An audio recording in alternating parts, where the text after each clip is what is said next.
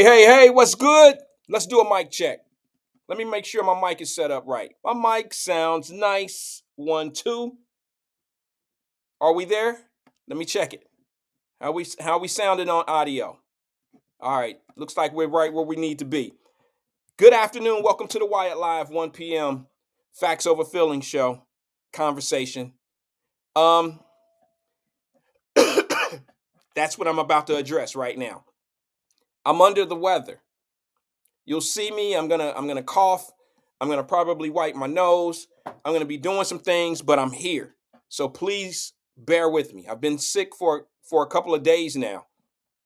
I don't even know how I got sick. I don't know who rubs. There's nobody in the house sick other than myself, and I don't get it. I haven't been anywhere. I didn't go bowling. I didn't do anything to be out in public to have these germs. I'm wondering what the hell is going on. Now I do understand when it gets nice outside, I start seeing people. This is why I don't go nowhere in the wintertime when you have a 60-degree day or 55-degree day, because some of y'all lose y'all damn mind. Some of y'all ladies don't put flip-flops up. Y'all just don't put the shit up. And all year round, you get them old Navy ass flip-flops or wherever you get them from, your slides or whatever. And the first sunny day you get, you want to put them shits on and you want to make everybody sick. I don't know. Put your summer clothes up for the winter.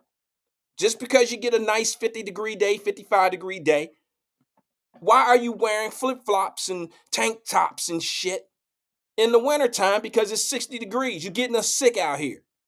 Damn. Anyway, I'm sick. And I've been wearing, y'all know I wear sweatshirts and hoodies all year round. I have sinus problems. That's why I wear hoodies. Some people ask. I wear hoodies in the summertime because of my sinuses.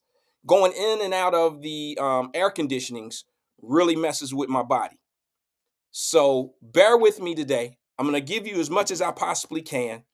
And put on your seatbelt. I think it's going to be a good one. I don't know. Every time I think I'm about to put a fire show on, it goes south. And then the days that I just don't feel like doing it and nobody's really here, those are the days I think I have my best shows. It's kind of weird how that works. Best performances. They always told you. Well, when I was coming up, I was always told that your best performances are the ones that are not seen. When you're giving the most of yourself, when you're doing the most for people, or when you out there doing the most, it's not seen. And I know that to be true because I've done some things in life and I didn't want it to be seen. However, some of the criticism that some of us get, for our comments and what we feel about issues, our comments come from experiences. So if you weren't around to see some of our experiences, then you would never know why we have the opinion that we have. Like you would never know why we feel the way we feel because maybe we went through something that you haven't gone through yet or that you haven't bear witness to. And now you tripping on somebody because they have a difference of opinion on you. I don't understand that in people. I never get mad because people feel a certain way. The first thing come to my mind is, well, what have they been through? What have they seen or what have they been through to feel the way they feel? So, let me just say this before I move on. I got to say this because today is February the 26th. It is one of the most important women in my life, my grandmother's birthday today. And I always celebrate her birthday, my family and I, and we release balloons and I treat today as if she's still here. Okay, all through the years, every day. I know she's not with us anymore. But this is the one day that I actually psych myself and pretend that my grandmother is here. So I generally do all the things. I celebrate my grandmother's birthday this one day, February the 26th, as if she's here. All right. So don't think I'm crazy. It's just we do a balloon release and we do dinner. And that's what we used to do when my grandmother was here. We would always go take her to dinner and we would always go to her favorite spot. And if I told y'all where her favorite spot was, you wouldn't believe me. You wouldn't believe me. You would be like, oh no, why are you tripping? Because some of you ladies don't feel it's appropriate to go to this restaurant on a first date. And I don't know why. I don't get it. I don't get it. But I, it's not one of my favorite spots, but my grandmother loved it. And it was probably because it reminded her back in the days. I don't know. I don't know. I don't know. Maybe it was back in the days when they couldn't even go in them places. I don't know. But I'll tell you at the end of the show what location it was, what restaurant it is. I'll tell you at the end. That'll give you a reason to stay around. I'm just kidding. That all being said, couple things. Speaking of birthdays, um, it makes me believe. It leads me to believe um, that I don't know. Sometimes I feel my grandmother is watching, looking down on me. I believe that sometimes. Because some of the things that I hear her voice in my head, some of the things I'm going through, I hear her tell me how to deal with it. And I don't know if that's her training me, how she trained me, but it seems like I always remember something from what she told me that's relevant to what I'm going through. So maybe she just trained me that way early in life, where things that I wasn't ready for then are coming to me now or came to me years before.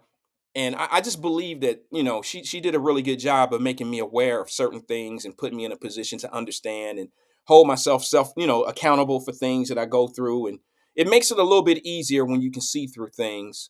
And she made life a lot easier for me.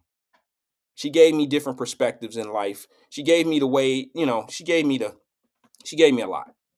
All right, I'm off that because I don't know how long I'll go if I if I talk about Granny. But all right. So listen, here's something in the news. I don't know if this is true or not. I've been trying to Google it. I've been looking it up, and I've been hearing reports. But Eric Mays, anybody y'all know Eric Mays up in Flint, Michigan? I believe Eric Mays died at the age of 65. City council member. Order, order, order. Yeah, we've played some clips of Eric Mays here, and I believe he died. And the report that I read, it said that he died from normal circumstances. Like he had an illness at one time, and it kind of got the best of him, and I think he died, you know, from complications to his illness. Now I don't know if that's normal causes. It don't sound like it, but evidently the report said that he died of normal causes. I knew he had some type of illness, and if so, rest in peace, brother. I mean, you were entertaining for the last few years of your life. You made all that noise up in Flint, Michigan, about salt trucks and potholes and all that old shit, but y'all water still messed up and they budget is still upside down. You know what I mean? So, I mean, you can make all the noise and be as entertaining as you want, but if you're not getting the work done up there, what's the point in it? Y'all, we were talking more about Eric Mays and how he was addressing um, city council and workers of the county, and he was going in on some people. The police chief, who happened to be a black man, they were all going in on each other. But what we do see is a corroded city of Flint. So we can blame whoever we want, talk about whoever we want, blame city council, blame the police chief, blame anybody we want to blame. But why is it that they had control of those hundreds of thousands of dollars, few millions of dollars, and your city is still trampling over with corrosion? What's going on in cities like that? Stop acting like y'all don't get the funding. I don't get it. I get it, but I'll let y'all figure it out. But yeah, I mean, DC said, yeah, I'm heartbroken over that. They killed that man. I don't know why they would kill him. I'm just saying, DC, pardon me. I don't know why they would kill him. For what reason? He never put anybody on blast. He was facing the lawsuits. I don't want to talk dirty or bad about a man who's just been deceived. I don't want to talk bad about him like that. But the truth of the matter is, seemed to be an agent, seemed to be a chaos agent in a certain sense of wanting to, overstep certain boundaries of city council. And, you know, Did he change anything there? It seemed like everything that he did was all about him. It made him look good. It got him interviews. But I don't know. I have a problem with politicians that grandstand. I don't like politicians that make everything about them because I feel like it's your job. So why am I grabbing pom poms and megaphones and cheering for you for doing the job that you do? I mean, think about it. We voted for you to do this. And when you put your name on the flyers and do all that old type of shit, I feel a certain way about that.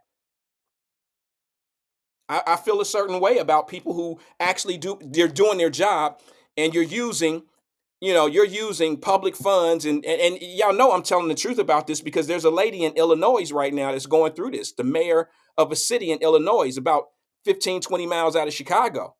Here she is using their money to advertise and promote herself. And I'm saying to myself, she's going to jail, right? It's just a matter of time. She's going to jail. I will do a show on that. I don't want to do a show because y'all gonna say, Wyatt attacking black women again. No, I'm not. I'm just showing you how these fake ass politicians do shit and how it's a familiar thing. And it all smell the same to me. That's all I'm saying. It all smell the same to me. You want me to congratulate you for doing your job. Let me ask you something. When was the last time you pulled up at McDonald's drive-thru or Wendy's drive-thru or Burger King drive-thru? When was the last time you went into a restaurant and you told the waiter or the waitress, you're doing a great job. Thank you very much. Appreciate you coming to work today. I do shit like that. Now, I'm going to tell you something. Here go the thing. It's embarrassing to my kids because when I have a nice meal with my family and we're sitting down, we're all used to complaining and bitching and moaning and all that, right? You know what I'm saying? I'm the opposite. I go to a restaurant, I have a great meal. We had a great waiter or waitress. We had great service. And the first thing I do, and I do it on purpose, I look at the waiter or the waitress, whoever it is, and I say, I need to speak to your manager. And I say it in a way like they're used to hearing it from somebody that's about to complain. Do you understand what I'm saying? I do it on purpose. I come off like I'm about to, I know you were super nice to me, but damn it, I'm about to set it off. Go get your manager. I don't say it like that, but I do say, can you grab the manager, please? And when the manager shows up, now my kids are all down in their seat. My wife is already doing like this, like, oh Lord, he about to act a fool. Because I do it when the service is bad too. But when the service is good, I do the same thing. I call for the manager and I make sure that that employee gets recognition. Because politicians don't have no problem doing it. So when the manager comes up to the table, I says, listen, my family and I had an excellent meal. But more than the meal, better than the meal was the service. You know what I mean? This individual, this waiter, waitress did an excellent job. Excellent job. And I will be back. I will be back. And see, managers always walk to the table with their fingers like this, and they always got coupons in their back pocket because they think you about to bitch and complain and they want to give you something off on the next one. You know what I'm saying? And I know they do that because that's the way they pacify you from your bad experience. And they always offer me, well, on the next time you come here, the next time you come, I want to give you 20% off your next meal. And I say only if I can get that same waiter or waitress. And generally what I do is I leave anywhere from 20, 25, maybe even 30% of a tip.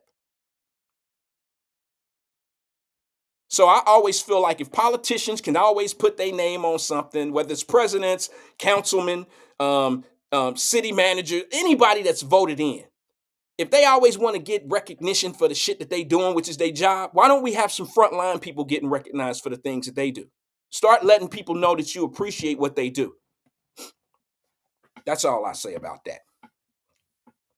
All right, let me take a sip.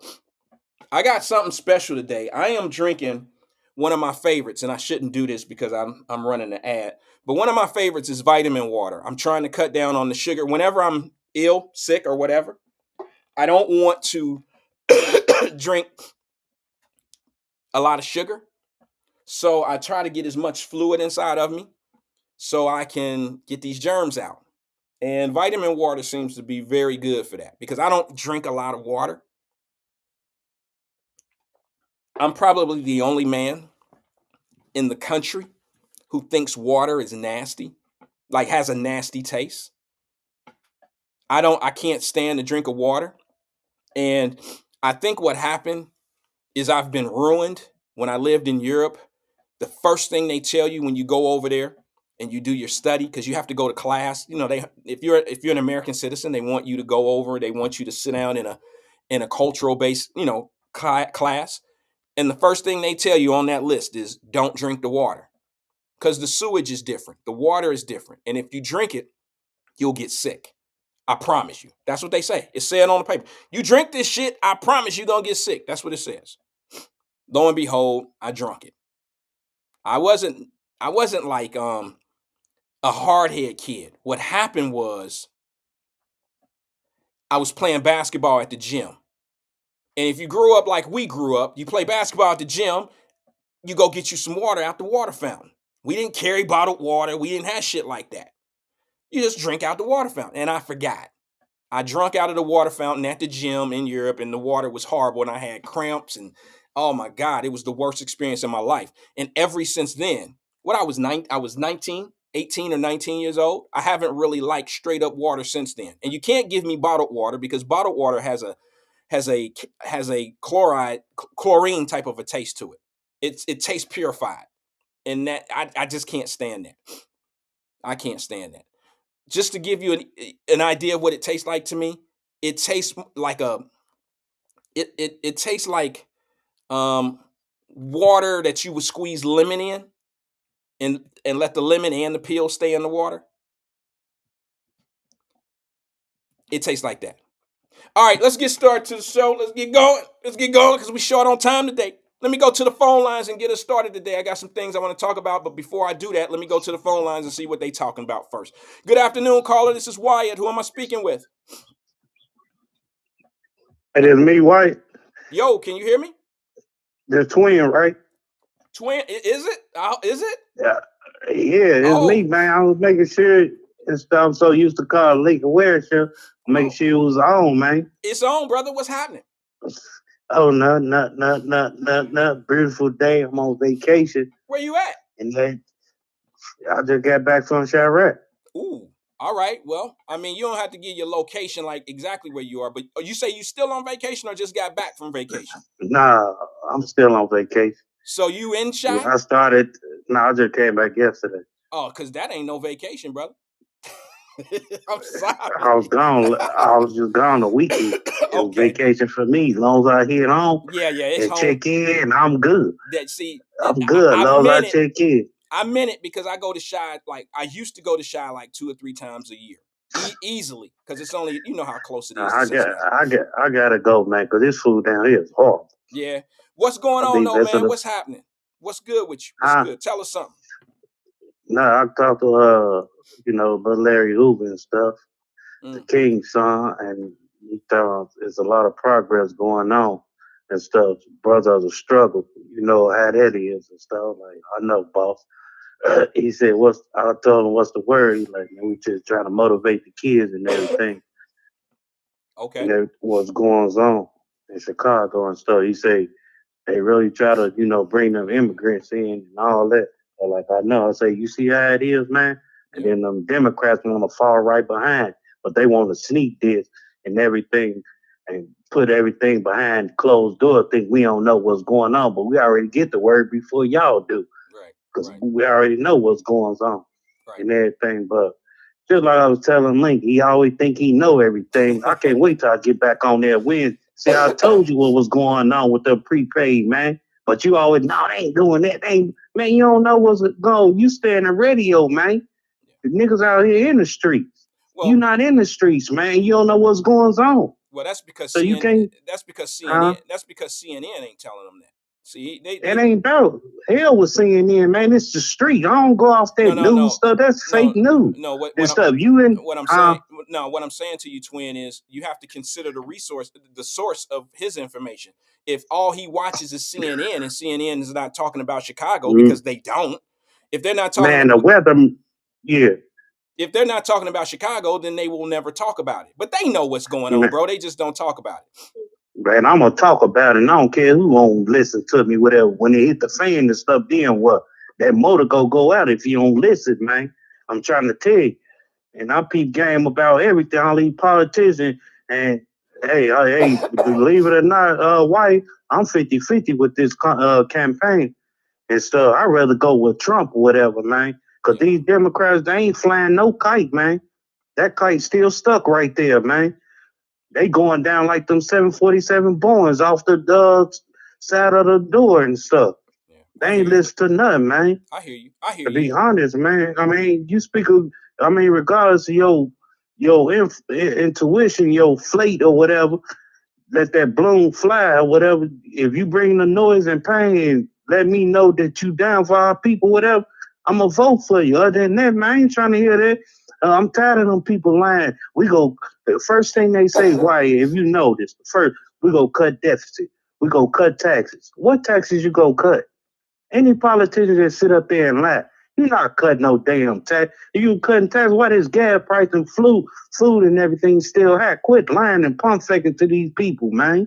I'm tired of this stuff, man. They come to your community. Well, they don't even come, no. They don't even come, White. They just advertise on TV now. And for that lady, you said what, 15 minutes from Chicago? Yeah. 15. She about 10, 15. Where she at? She about 15 miles out of Chicago. I'm going to do a story on it. I don't have all the details, but she's under federal investigation right now. She's the mayor. Somebody probably know what I'm talking about. I have some clips and some Probably things. in a suburb, though. Well, it's a black town. It's a black town because Yeah, she went off on probably the Calumet City somewhere. yeah, she went off on the board trustees and everybody, and we black out here. We black, and y'all. But I'm a black woman in power. And I'm just all right. And I've heard this before. They just don't say it quite like that, but I've heard it before. man, they been doing that for years, man. Even when what you call it ran down there, we was in Kankakee. What's his name? He got popped off. The Governor George Ryan of Illinois. He got popped out. Went to the Fed joint. Yeah. They ain't been running that stuff. They been getting away from campaign ads and all that, doing they campaign money. They been contributing off that and everything. So there ain't nothing new in Chicago. You know, Chicago a wreck city, and that is a gangster city, mob action. Hey, we need our cut, whatever, you know. That's how it is in Illinois, man, especially Chicago. That's how it is, a democratic town or whatever. Yep. We need our cut and everything. So you can't knock it. Just things more technology and people ain't standing for no more. Hey, she got to get her cut, but hey, you got to do it some type of different way now. It ain't like it used to be. And everything you can run off and everything with the mob and everything. It ain't like that no more, right? How it's set up now. You can get it and get out. All right, she got her little 100,000, million, whatever. All right, don't say nothing. Okay, whatever. Hey, twin, somebody put it up there for me, man. It's in Dalton, Illinois. Mayor Tiffany. Oh, man, that's what I was saying. Right there back Calumet City. Yeah. And I'm going to do a story. It's back Gary and Hammond, Indiana, all that. I knew it was somewhere over there. Yeah, I'm going to do a story on it, bro. Yeah, they ain't no but next door to each other. Yeah, and that's why they schools are messed up, and that's why the things that they do, they put themselves first, and they don't concentrate on the schools. And I bet you they schools on the same level as Cincinnati Public School.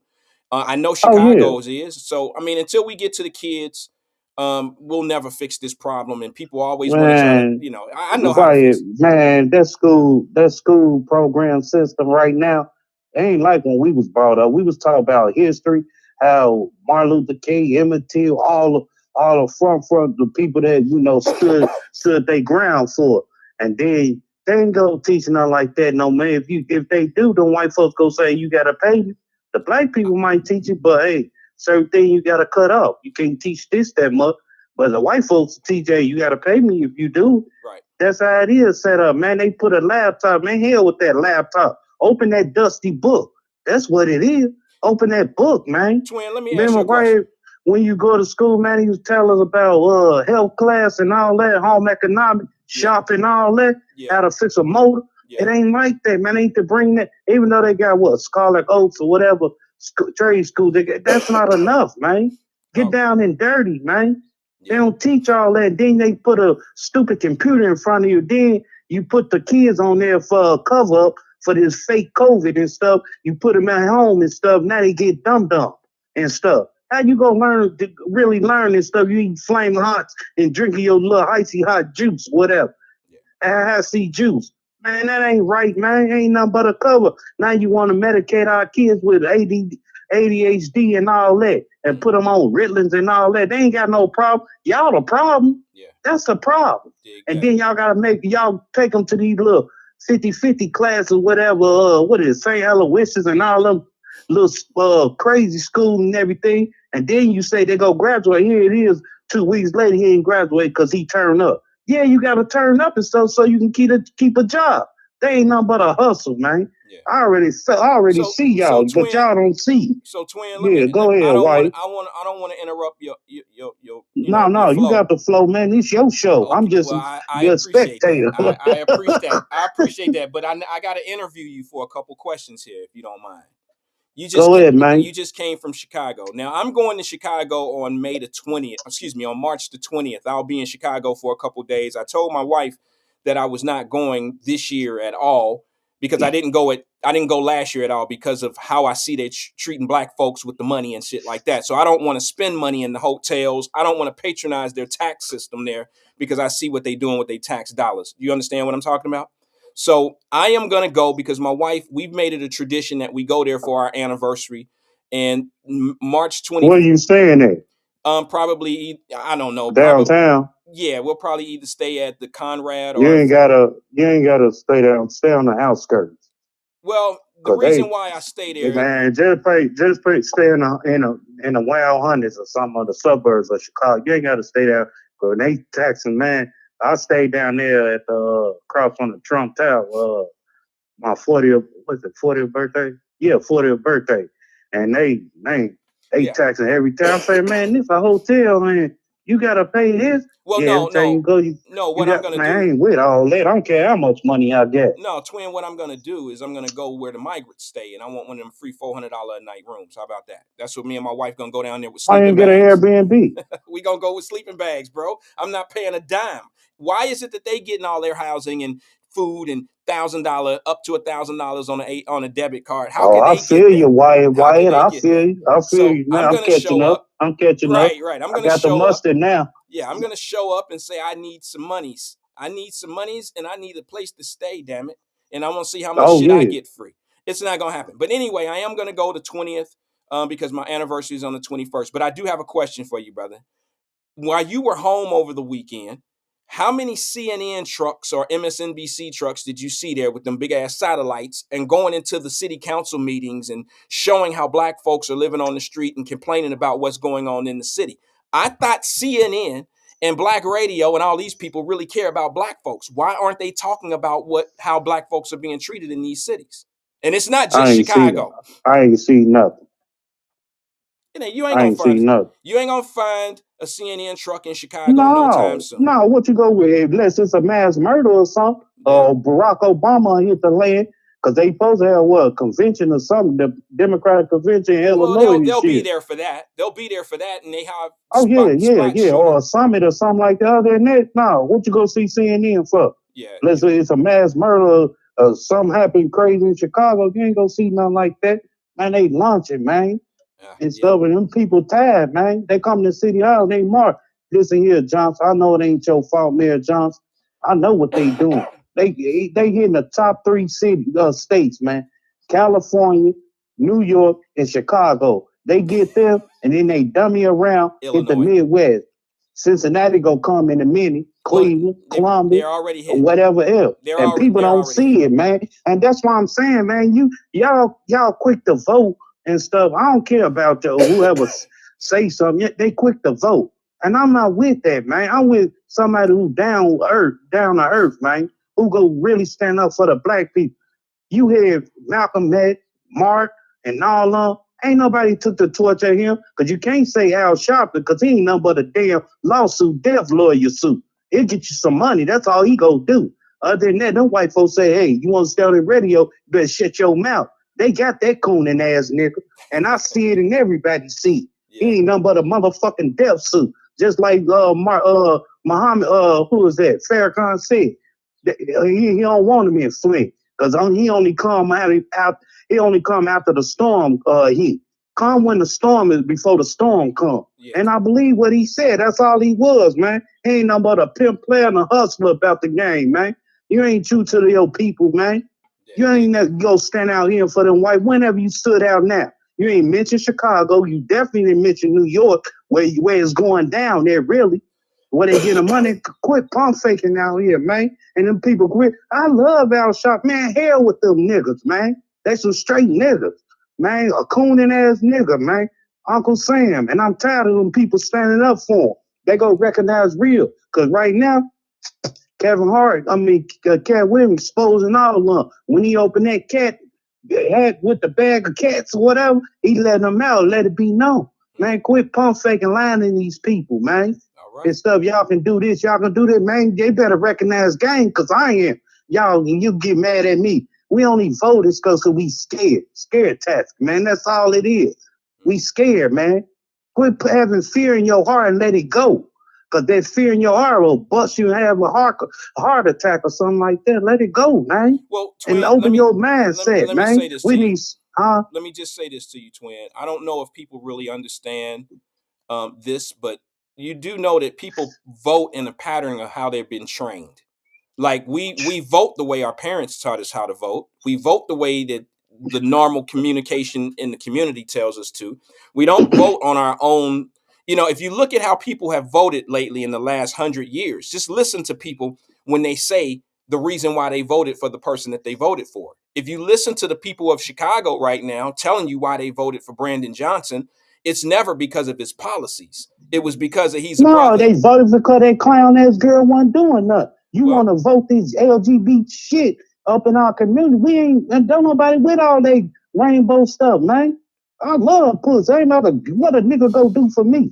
Not a damn thing. I ain't gay. Don't nobody want to hear all that LGBT shit. And then they promote this stuff on TV, man. And then little kid, oh, I'm gay and stuff, all born like this. Bitch, your motherfucking birth certificate say boy. You a boy. Your name is goddamn it Bobby Johnson. Not no goddamn it fucking Shakira or something like that. Oh, I was born. Nigga, you ain't born like nothing. And then it's so bad that motherfucker Dwayne Wade, your mom is a big time preacher in Chicago, man. And stuff, and she can't say nothing or whatever, to each his own. I'm still gonna love my grandma. I understand all that. But if you preaching a word or whatever, you better put forth and say, hey, son, this is wrong. And stuff. I'm condemning you right now. This is dead wrong.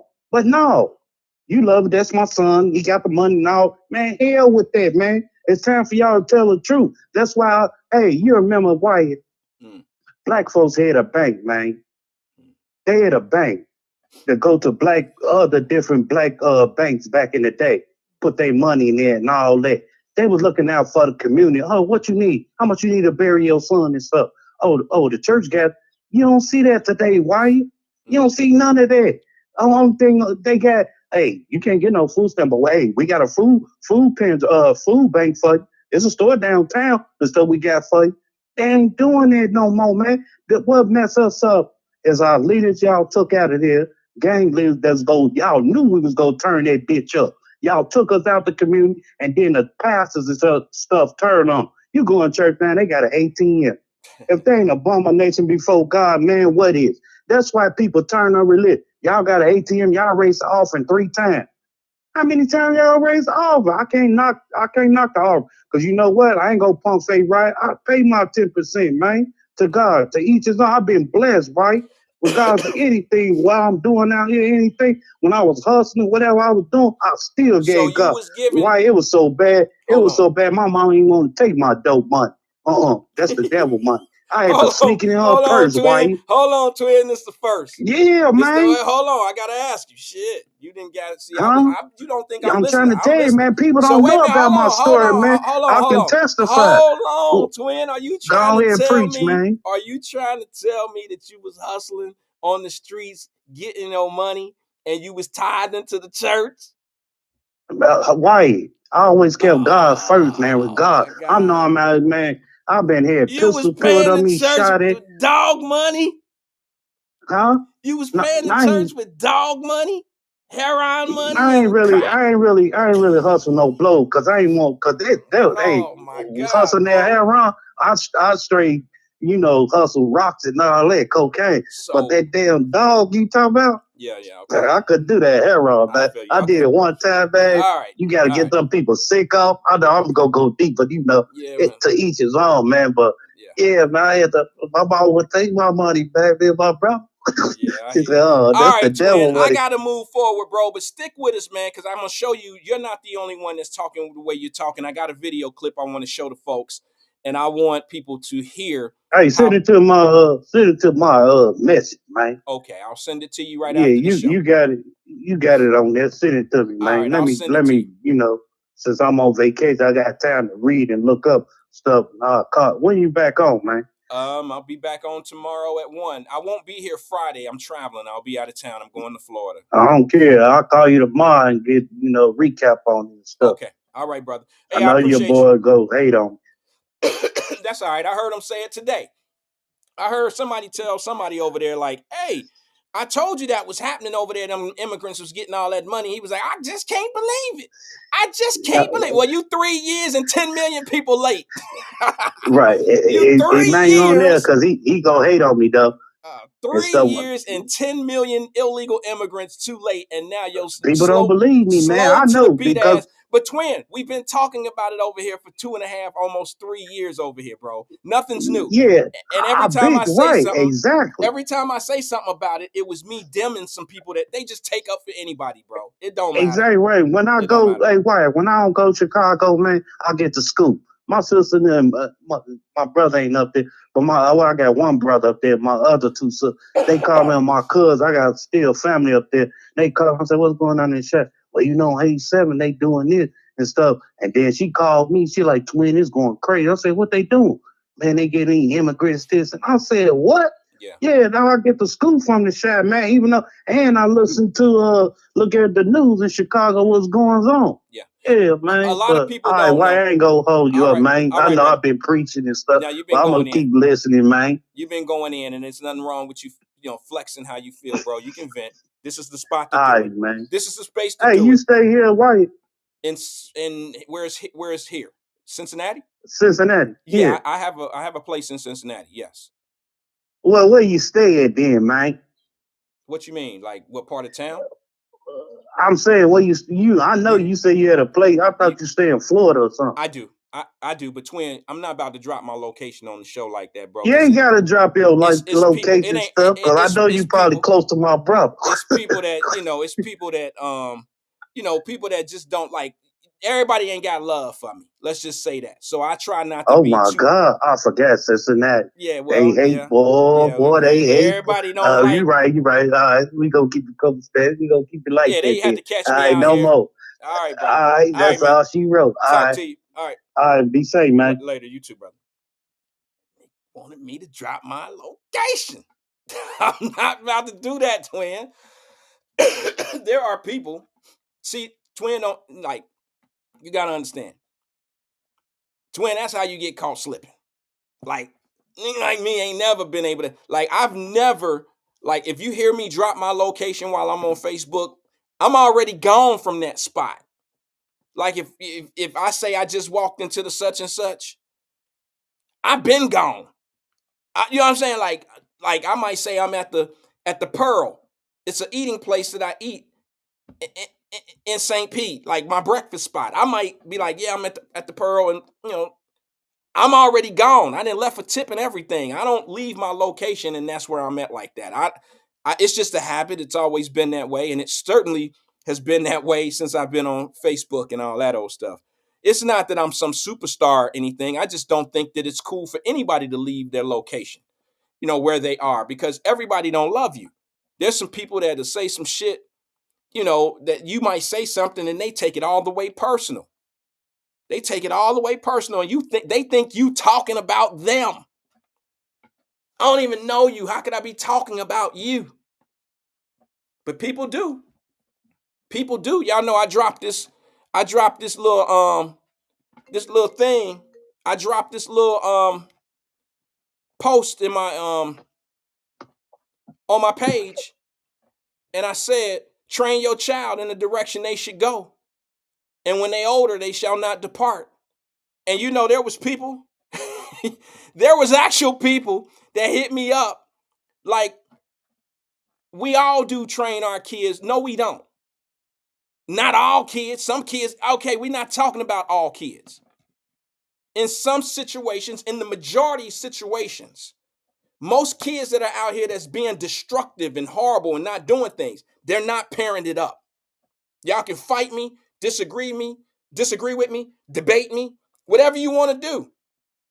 But you can't tell me that all those kids living in these halfway homes and living in these shelters and shit like that got a stable, they just don't want to do what a stable family has been telling them what to do. That's not where they come from. A lot of these kids don't come from stable homes. I'm telling you, we don't have a child problem. We do in a sense. But technically, we have a parenting problem. Because if you from our era, which we had criminals too, but my mama was, boy, I was thinking this before I came on the air. My mama was tough on my friends. She'll let me hang with anybody I wanted to, and she gave me my choices and my chances. She'll let me hang with anybody. My mother never told me, don't hang with him. Don't hang with her. Don't be around them. Don't this, don't that. My mama told me that the iron was hot, the stove is hot. If you want to go touch it, go right ahead. But she trained me early in life to understand her vision of warning. That's it. My mother prepared me to know that, okay, I'm going to give you one hot ass. I'm going to give you an opportunity. You have the choice. And the bottom line is, I made my choices. My mother would say shit like, don't hang with him because he ain't shit. And I'd be like, you don't even know him, Mom. I know his mama. See what I'm saying? My mother would say stuff like that. I know his mother. I know his mother. Yeah, that go over a few heads, don't it? But some of us old school, we know exactly what mama meant when mama said, don't fuck with him. I know his mama. His mama ain't shit. She ain't even got to say that. I know what it meant. Don't tell him, Mama Birch, what you used to tell Jimmy and them. You gonna hang with him? Now you know what they doing over at his crib. You know his mama out here tricking. They don't live like us. That's what's going on. That's what's going on. So, I mean, we can say whatever we want to say, judgmental and all this old fake ass shit, and try to make people feel guilty for their feelings. Some people make you feel guilty for the feelings that is your reality. They ain't never witnessed and never been around the shit you've been around. They've never experienced the bullshit you've been through. But guess what? They want you to feel bad because you judging a situation that you done seen a million times. They asses from somewhere else, they doing different shit, and they want you to feel sorry or want you to feel bad because you feel a certain way when you see it coming. You know what this person is about. Oh, don't be that way. You always think that way because he got dreads or because he got on a wife beater. Do you hear yourself?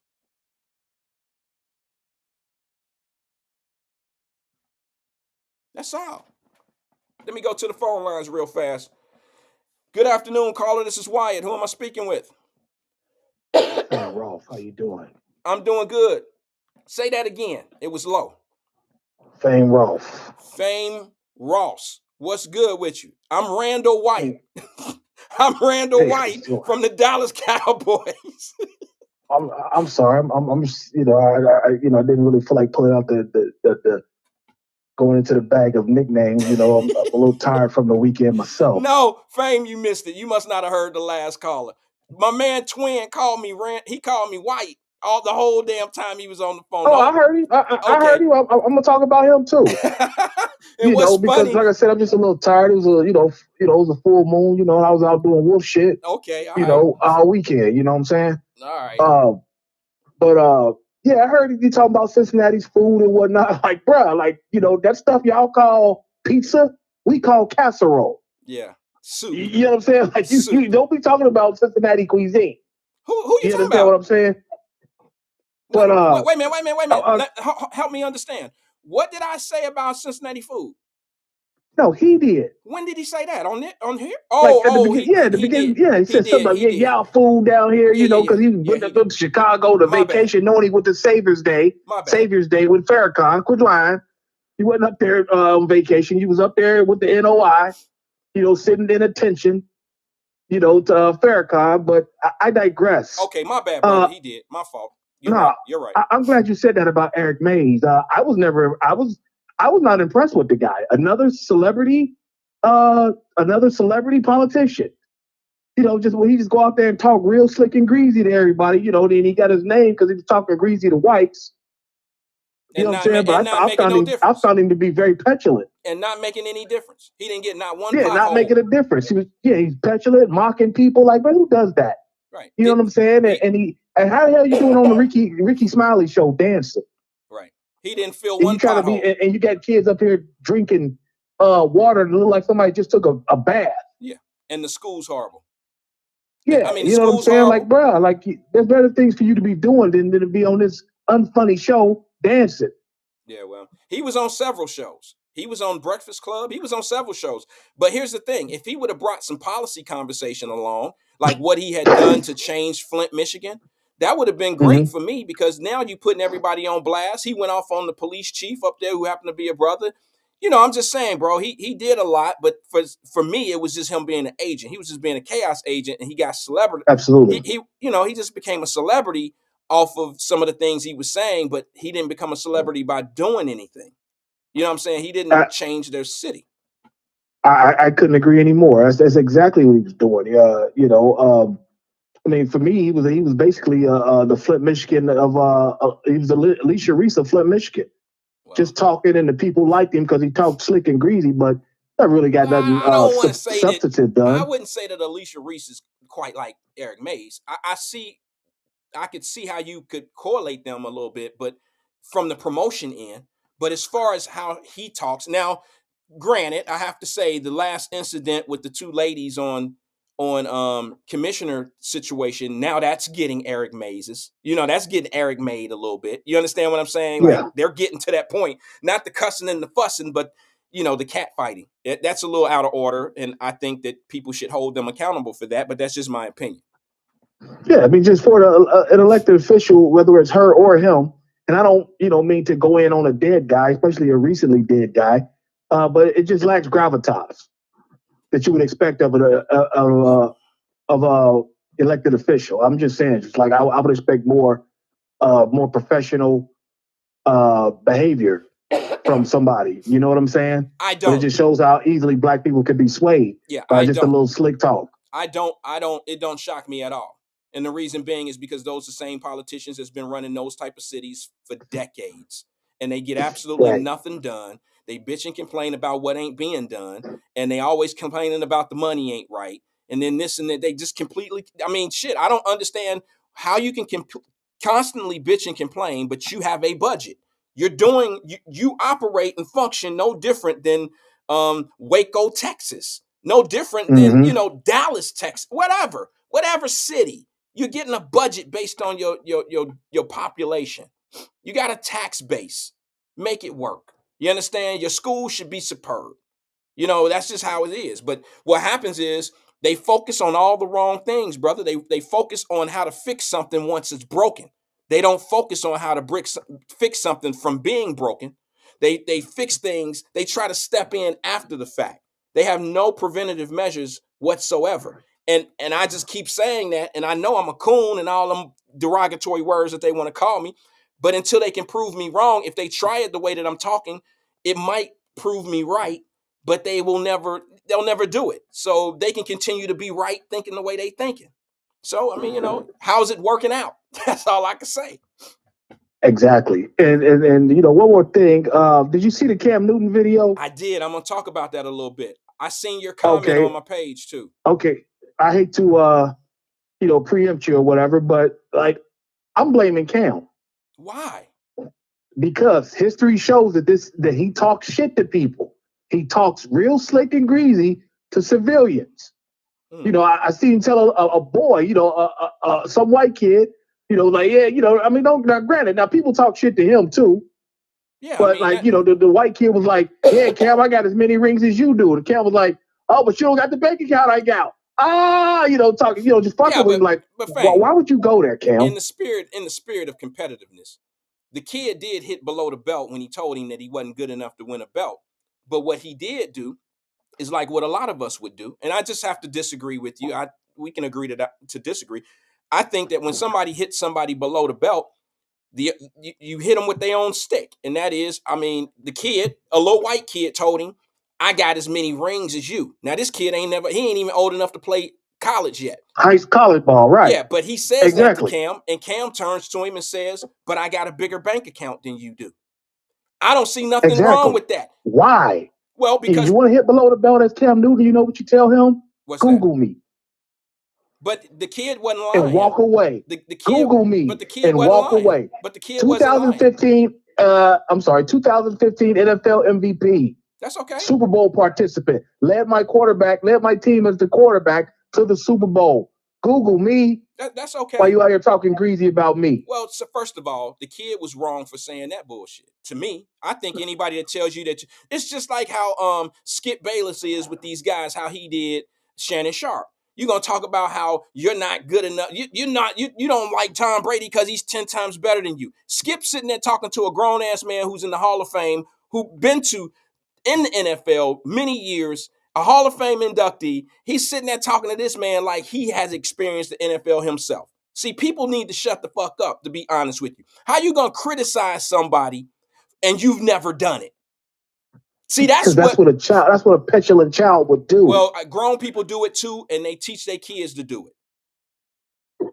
Perhaps, but now that the guys Cam were fighting, originally people thought that those were kids. And I was like, whoa. But, we found out that these were like 2 or 3 guys that used to coach with Cam in that little 7-on-7 stuff they were doing. So I'm like, I tell you what happened.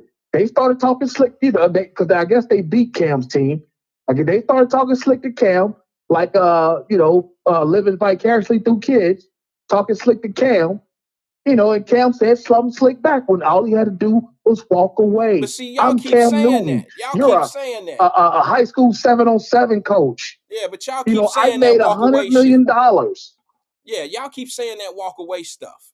And what I'm trying to tell you, man, is how many times do you walk away, bro? I mean, it's easier said than done from people that don't have that problem.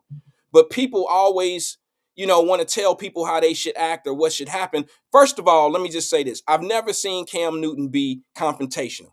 I think in sports, you refereed sports, you played sports, we all talk shit. And if you can dish it out, you surely better be able to take it. And in these cases, you got guys that's challenging somebody. I used to do that to Tim McGee all the time. Remember Tim McGee that played for the Bengals? I wasn't disrespectful to Tim McGee, but every time me and Tim played basketball against each other, I always wanted to check him. And you know what I would always tell him? I'm on your ass, no homo. I'm on your ass like Deion Sanders. You ain't gonna score. I say that shit to him all the time because it made me feel like I'm battling a professional athlete. And I used to do shit, and it made my game go high. It made him play harder. We had fun. But Cam has never been confrontational. I guarantee you somebody put hands on him first, and he was defending himself. You can tell he was defending himself against them 7 dudes. And why would 7 dudes jump one dude because he was talking shit? That's just disrespect, bro. Come on, at the same time, why did Cam also get thrown out of the event? They all got thrown out. Yeah, they all got thrown out. If you weren't the aggressive, if you weren't the aggressor and clearly did something to provoke the stuff or was clearly in the mix of it, they wouldn't have thrown him out. That's not necessarily knows who Cam Newton is. That's not necessarily true, Fame. Yes, it is. He had to do something for a celebrity to get kicked out of his own 7-on-7 event. Yeah, because guess what? Something. Guess what? They sometimes want people to just cool off and get out, go away. That's how they deal with things. It's my event. How dare you throw me out? It was not his event. He had a team that was participating in the 7-on-7. It was not his event. Okay, I was told it was his sponsored event. No. He had some sponsorship to it, but it wasn't the Cam Newton 7-on-7. He had sponsorship because he sponsored a team. He had a team, but it wasn't his name on the situation. You see what I'm saying? No, it wasn't his name on the marquee, correct. But what I'm saying to you, according to USA Today, online, he had something to do with the event. Like he had, other than just being a participant. First of all, how could you be Cam Newton, come into something that is register a team and you not be part of the event? You're going to be part of the event just because your name.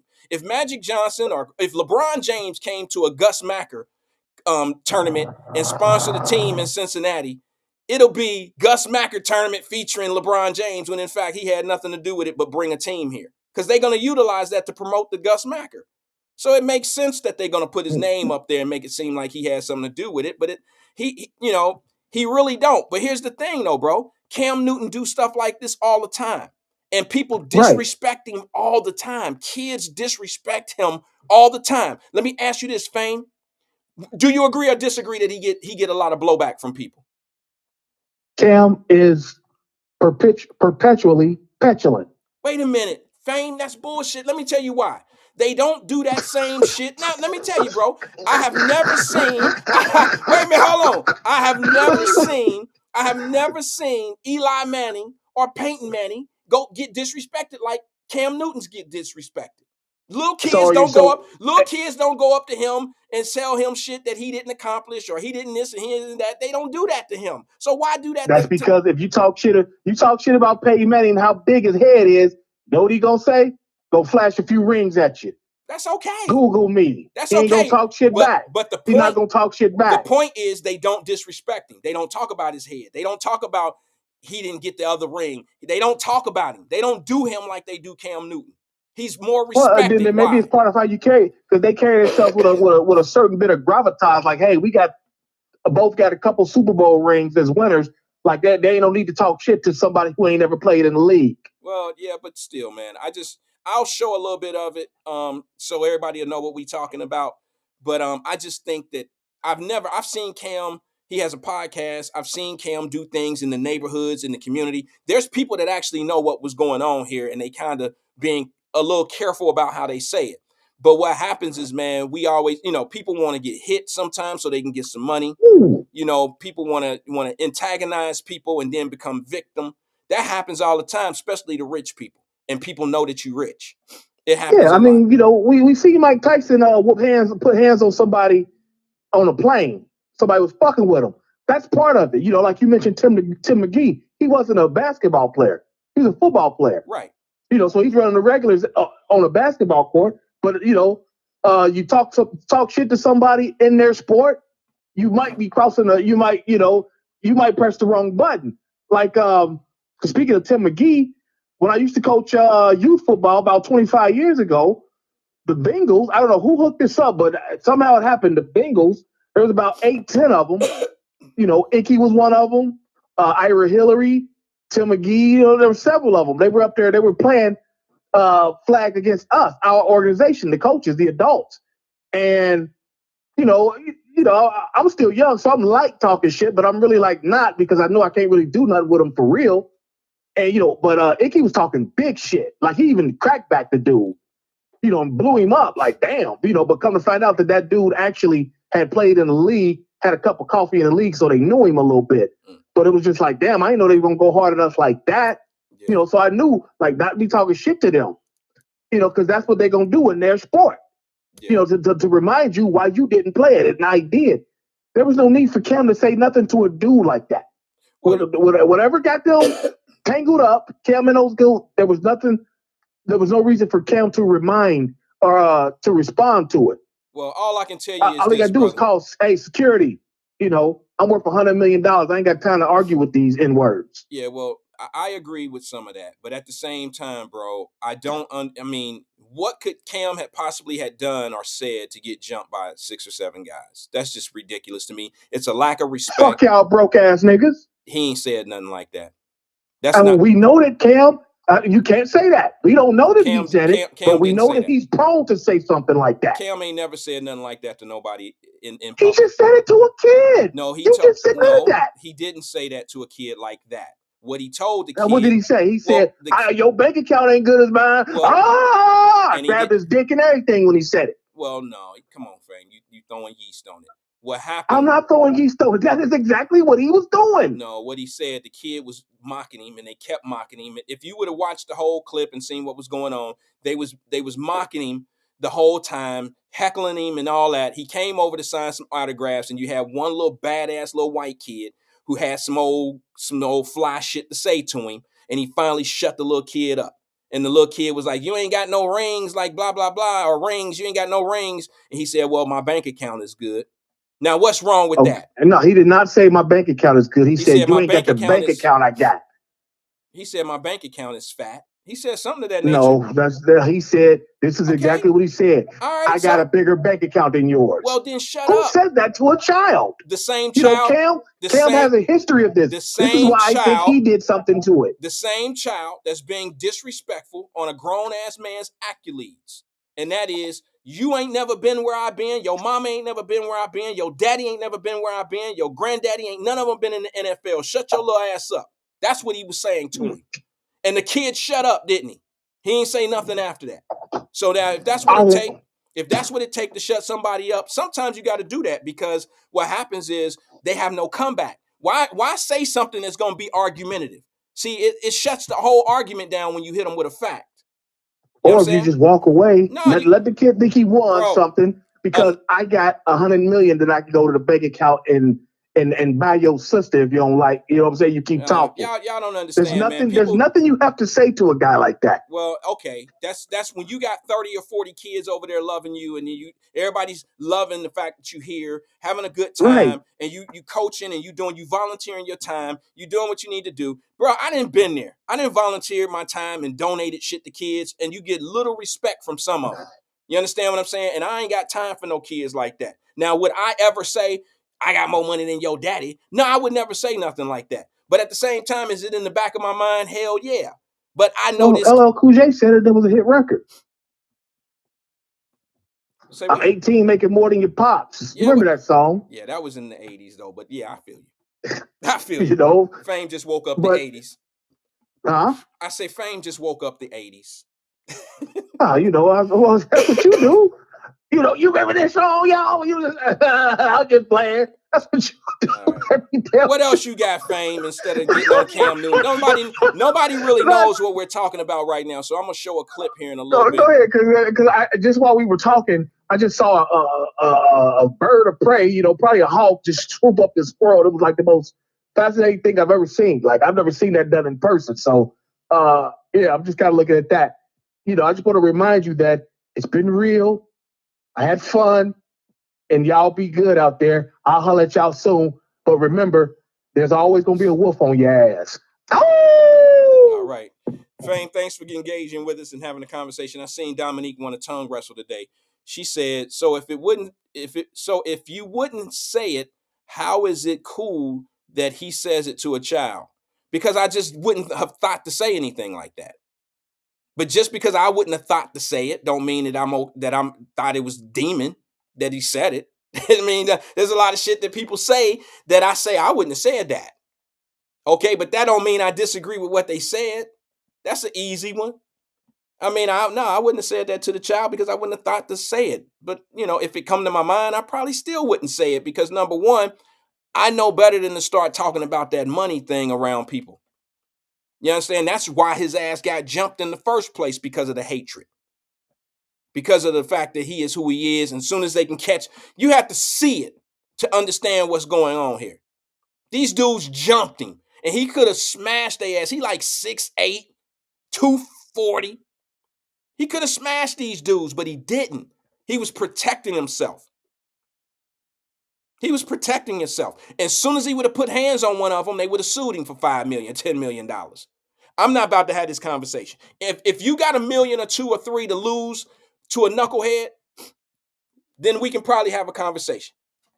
If you ain't got $1 million or $2 or $3 to risk, then you don't know how it is to be running around in front of these people who want to sue you all the time. That's all I'm saying. We got to be in the same shoes as an individual before we say I would have never. That's all I can say about that. I don't want to have a debate nor a conversation with somebody that if you ain't got it like they got it, you'll never understand why they do what they do. You don't know what they go through on a day-to-day basis. This man was giving his time back to the community. Giving his time back to the community, and it got out of hand. And instead of somebody's mama or somebody's daddy walking up or making this field, they jumping. And I'm talking about jumping like he from downtown. It looked like Lincoln Courts and Law Homes. Let me see if I got the clip. Let me see if I can show you this real fast. Because some of you giving up excuses and talking shit ain't even seen the clip yet. Don't even know what you're defending. But that's normal. That's normal. Didn't see what happened with the little boy, and you're going to say, well, why he say that to the little boy? You don't even know what happened. He wrong. He just wrong. Rich man bad. Rich man bad. Don't even know what the man was going through. How much does he spend? He spends a lot of time in the inner city. He spends a lot of time trying to coach up kids, and he's dealing with disrespectful kids. And the first thing y'all want to talk about is why black men who make it don't come back to the hood. Why they don't come back and spend the money. Why they don't do football camps. Why are the Bengals doing football camps out in Mason instead of downtown? You mean where they shooting and shit? Where coaches are dying at football practice and they smoking weed and they shooting coaches at practice? You want a Cincinnati Bengal making $20 million a year to go give his time in that environment? And you wondering why the Cincinnati Bengals have football camps in Mason or in Loveland or Westchester somewhere.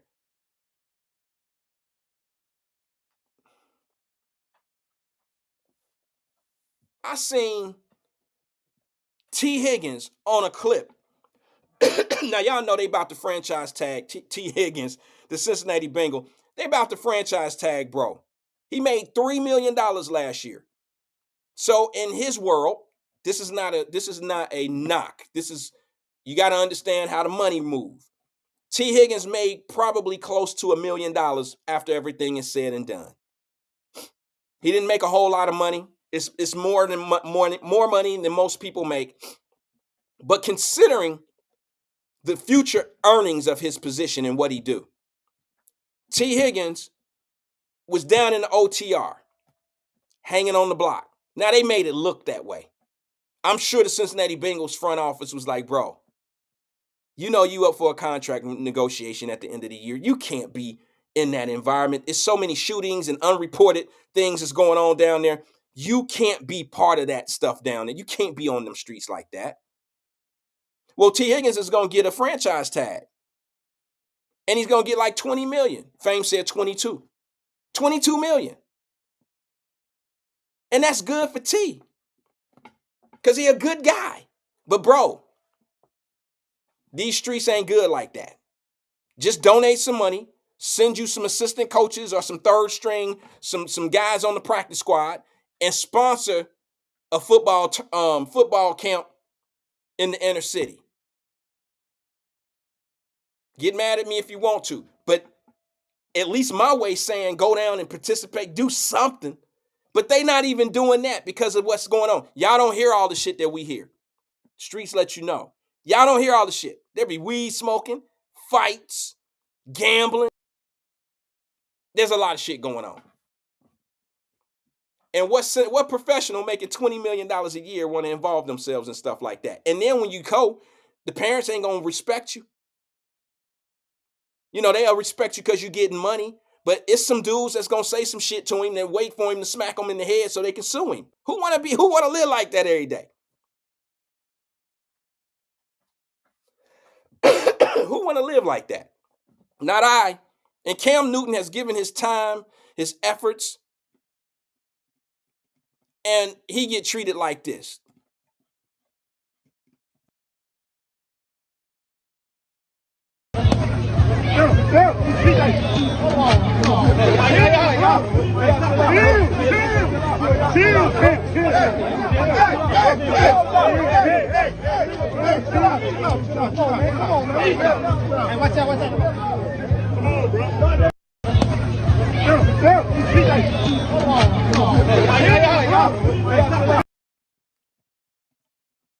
That's not a real good video, but that was one of those little shorts off the internet.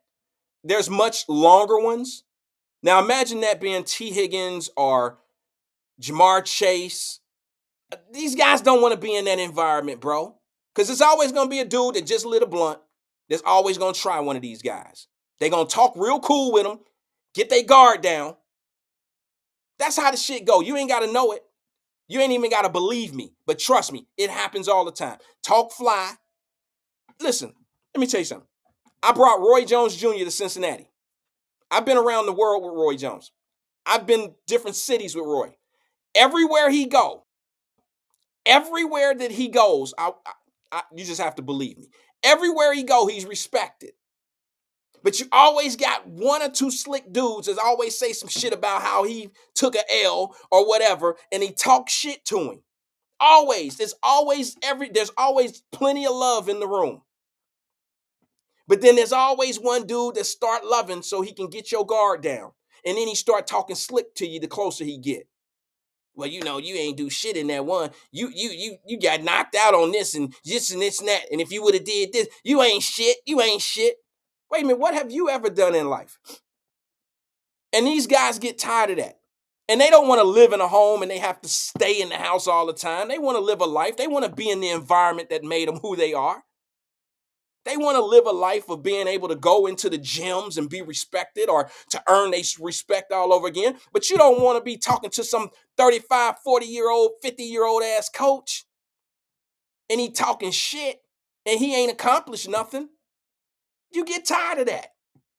And I mean, it's hard to live like them guys. It's very hard because you ain't even got to be one of these superstar dudes. You can be half accomplished.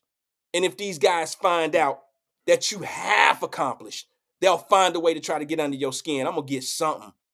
I'm going to get something from it. I'm going to embarrass him. I'm going to be the big guy. I told y'all there's podcasts and radio people that do that shit to me. They want to degrade or not degrade, but they want to disagree and they want to make it all, whenever they trying to make a point or whenever trying to prove something, they got to make my point seem like I don't know or I'm irrelevant. Look, stick to your point. Prove your point. Don't prove me wrong. Prove your point. Prove what you saying is right. Stand on that. Don't prove how fucked up or messed up I am. Prove what you're trying to say and put the facts out there. But see, what happens is this. Here's what you can, and I'll put this on the table. Have anybody on here ever heard me take a personal attack at anybody that's on the radio, black radio? Never made a personal attack. I may say something about an issue that they brought up. I may say something about, let's just say immigration, illegal immigration. I might say something that they saying that they not even talking about or, they don't bring up. I might say that, well, they always put the phone up when they want to hear some shit about Donald Trump, about something that plays to their narrative, but they don't talk about the other shit. I say that, but these are not personal attacks. I've never called one of them a coon. I've never called one of them a loser. I've never called any of them anything that I get called. I'm just being a bigger man. But at a certain point, like I keep telling y'all with Cam and all these other people, at a certain point, you stop being so nice about shit. You have to slow down the Mr. Goodbar shit. Like, okay, I've been Mr. Goodbar for a very long time. And now, I'm over that shit. Like, I'm not going to be Mr. Goodbar much longer. And then you got people who come in and challenge you and they say things because they used to be radio people. They used to be podcast people. They used to be whatever. Or they currently are, whatever. And they just challenge you, but they disrespectful to your points. They're just disrespectful. That's it. And you can tell that it's not really about the points anymore. It's all about you. It's about you. It's about what you're doing. It ain't got nothing to do with what you say. It ain't got nothing to do with none of that. That's just the reason that they really want to go in on you. That's it. So I done seen a lot of celebrities get challenged by people that just want to challenge them because of who they are. because of jealousy.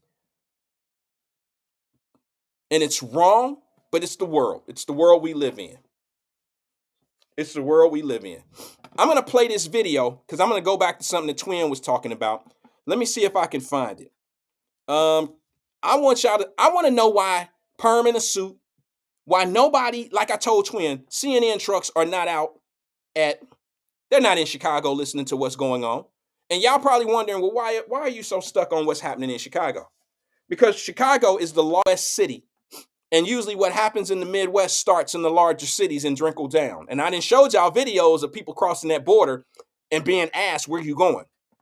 And they say, Cincinnati. If you were here on Friday, you actually heard I did a show on immigrants, illegal immigrants coming over, and I'll show you where they end up in Cincinnati. So don't tell me, because I've been telling you for 3 years now. I've been telling you for 3 years that this shit was going to come in your own backyard. And what's going to happen is this. Just like today on Black Radio. I can't believe it. I just can't believe it. I just can't believe it. But prior 3 years, and we've been talking about it, guess what it's been saying? Nah, they ain't doing that. Nah, ain't no way. Y'all just talking. That's Fox talking. That's them talk. That's them Republican talking points. That's this. That's that. You got more excuses than the motherfucker going to jail. No, it's true. It's been true. It's been going on. I've been watching the press secretary for 3 years now say that the border is tight. We don't have no border problems. The border is secure. Kamala Harris, remember when we brought this up with Kamala Harris, with Vice President Kamala Harris, and I said, Joe Biden just set her up. He just made her in charge of the border. Who remember that? And I said, he put her on he set her up for failure. Because I see the play, they're not going to stop anything. Now, 3 years later and 10 million illegals,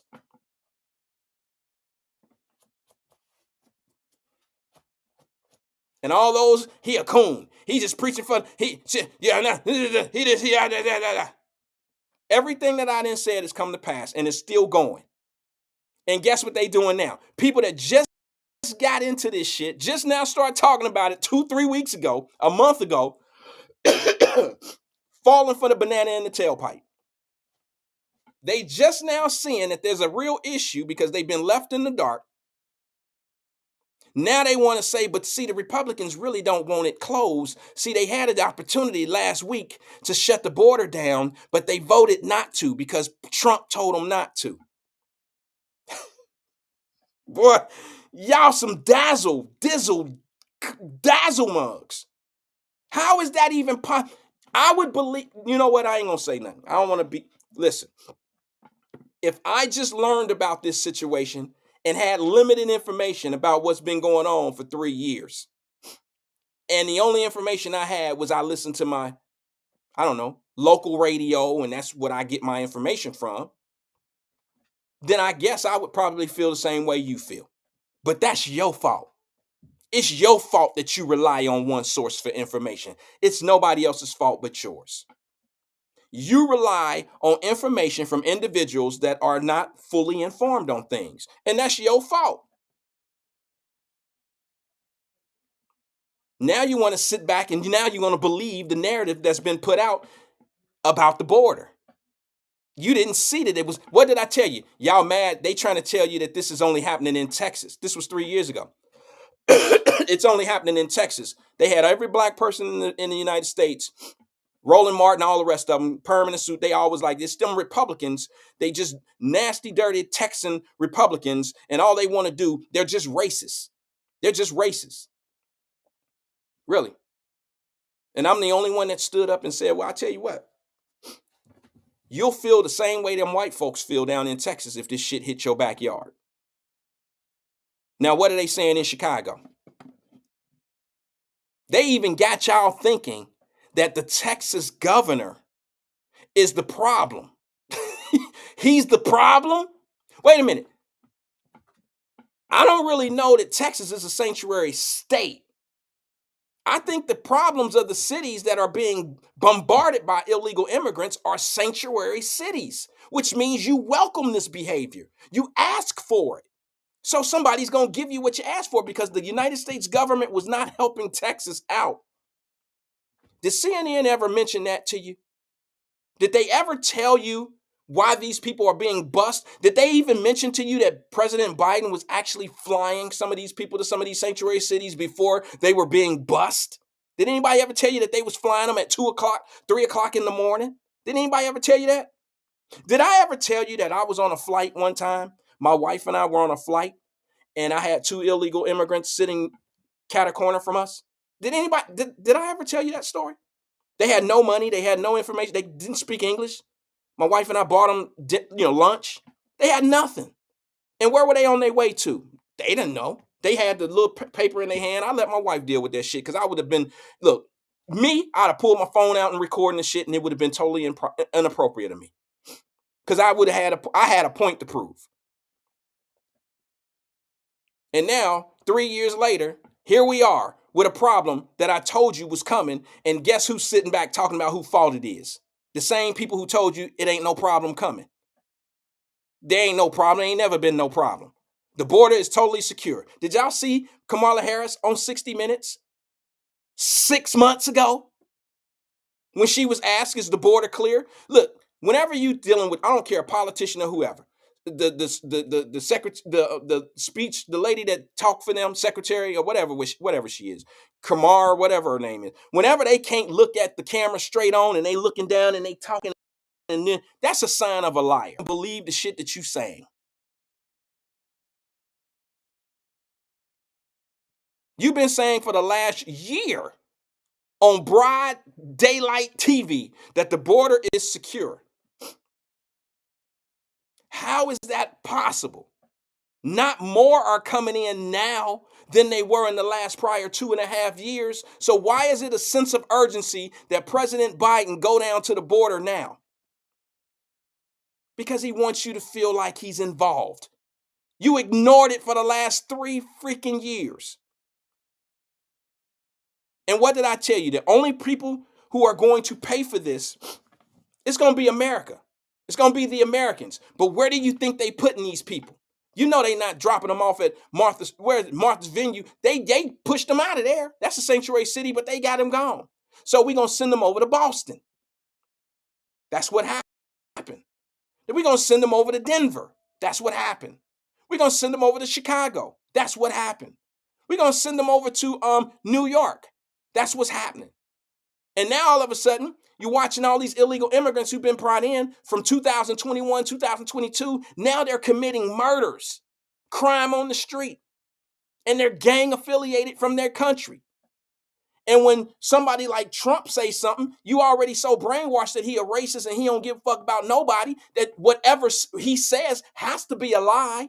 So when he said they're emptying their jails, you believe AOC and them people. You believe them when they say he's just a racist. He don't like brown people at all. The fuck is wrong with y'all? You that damn easily influenced that somebody can tell you something about somebody and you just believe it. You okay with it. Well, let me ask you something. When did Al Sharpton stop rocking with Donald Trump? Somebody put a little thing in our group.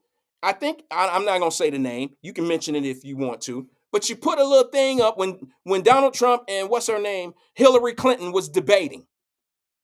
And she brought up something that she brought up. So once again, you got a white politician woman trying to prove the world that this man is a racist. That is like the weakest argument you can do as a politician in my eyes. To try to get people to hate an individual instead of talking about what their policies are. So what I want you to do is tell me what the policy is that makes him a racist. I don't give a fuck who eat at his house. I don't give a fuck who he love and who he don't love. I want to know what policies are in place that shuts black people down, because I can weigh that with the policies that's going on right now where black people are hollering and screaming, and your same news sources, the same people that tell you how bad somebody is, are absolutely silent right now with the shit that's going on to black people in these cities. I'll wait. Absolutely silent. But these are the ones that love you the most.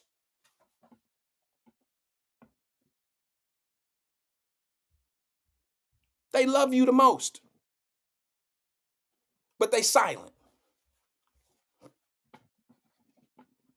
Let me play this one for you. This is where I lose people. It's cool. I mean, it is what it is. Over the weekend, Chicago had a city council meeting. You'll never see this on primetime television. You'll never hear this on black radio, or they'll never give you a PSA on black radio of what's going on with the black folks in Chicago or Denver or in Boston or in Atlanta or in New York. You ain't gonna hear no PSAs. You're not gonna have a travel ban to Chicago. They should put a travel ban in Chicago right now like they did Florida based on policy, right? It's dangerous for black people to go to Florida. Come on, man. You trying to come on. Come on. Let me show you this clip. This is right on time because I got to use the restroom. Hold on. Let me show you this one right here.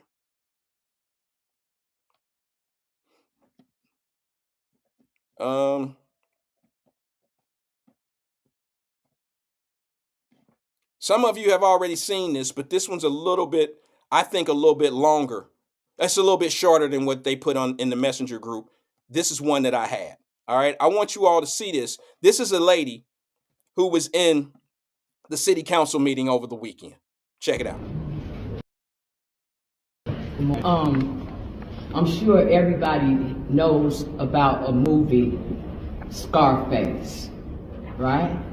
It's a classic, Al Pacino, right? Everybody knows about that movie. And we focus on the famous lines in that movie. The acting and the hello to my little friend and all that. But it's the beginning of that movie that matters. When those words are coming up on that screen, that's what matters. And those words say, in May 1980, Fidel Castro opened the harbor at Muriel, Cuba, with the apparent intention of letting some of his people join their relatives in the United States. Within 72 hours, 3,000 U.S. boats were headed for Cuba. It soon became evident that Castro was forcing the boat owners to carry back with them not only their relatives, but the dregs of his jails. Of that 125,000 refugees that landed in Florida, an estimated 25,000 had criminal records. Oh, yeah. That's what's up. That's what has happened in the United States right now. All this asylum-seeking lie, all this about refugees, no. What's happening is they're emptying out the dregs of their jails into the United States, into our communities. They're junking up our country. And yeah, we feel some kind of way about it because it's our country. That's right. It's our country. People like Vasquez and them, look how disrespectful they are. Now you just gave that man a resolution for his father's restaurant. And every time we get up and talk, he's working this room. Look at him. Look at him. But he wants his resolution for his father to be respected. Vasquez, Lopez, all them want their people to be respected, but they can't even give us the dignity for what we built for them. Ain't no question about it. Yeah, Black History Month, the American descendants of slavery. And I want you to know, Brandon Johnson, I understand what Blakemore's saying about we still on the plantation, but what you're looking at right now, this is what a free Negro look like. And I'm telling you, we're going to get our city back, we're going to stand for our people, we're going to get them out of our communities, because they don't deserve to be there. Anytime they can't give us 3 lousy minutes of their attention while we sit here and watch y'all give them all kind of money, you watch us. We black out here. All right. And we gonna handle our business. Woman. You watch that. Free black lady. Free black woman. All right. This is how we get down. Now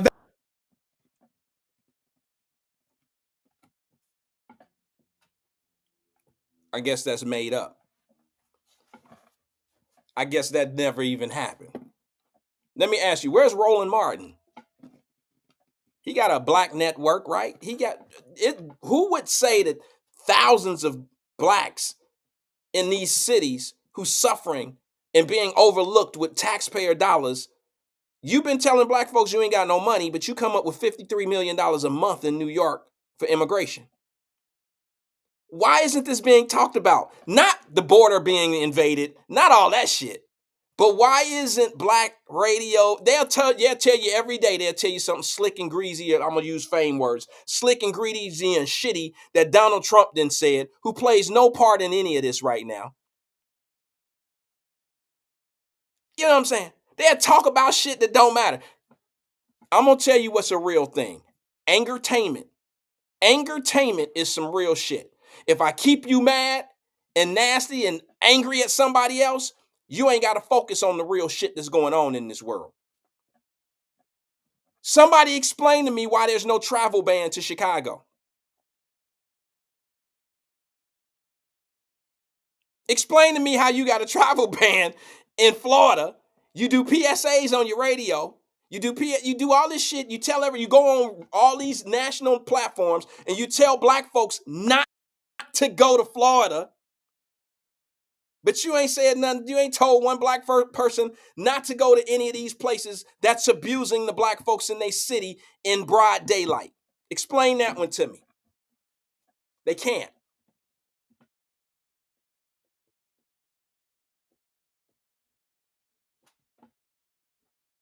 Why can't they step up? Why won't they say anything? You know why? Because they stay coded. I'll give them all the... Look, you got my respect even if you do some dumb shit. Y'all on code. Even when you know you're wrong. That's why they vote the same. Look, here's my take on some things personally. Okay, this is my personal. You don't have to love it, like it, or disagree with. You can disagree with me. When I hear people say things like the Republicans and the independents are split, what I'm hearing is a difference of opinion.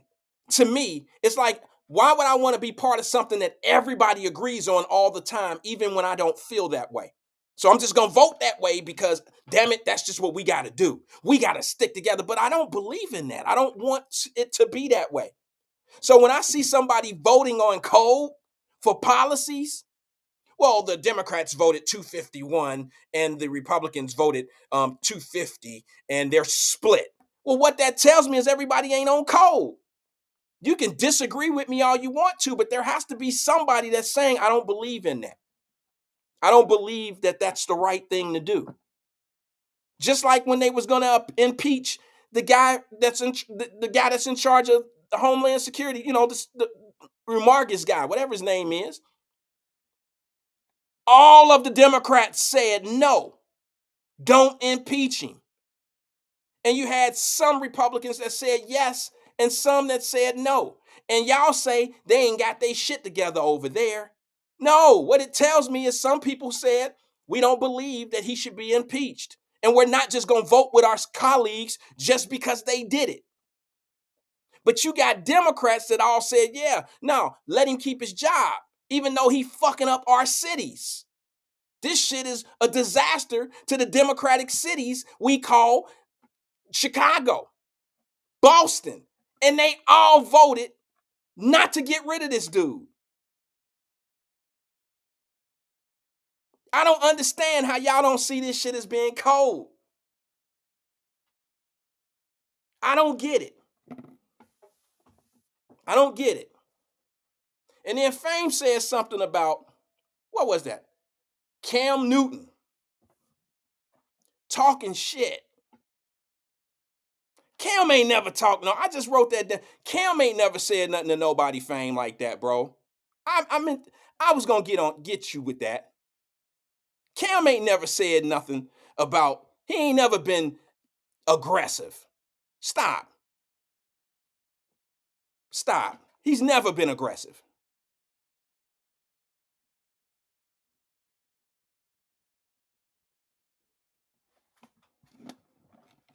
I seen the comment.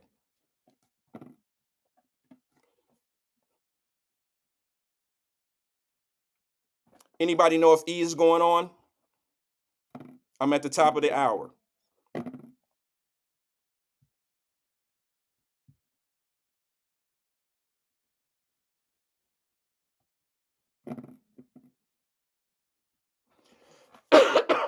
Sorry about that, guys. I'm a little under the weather. I told y'all about that.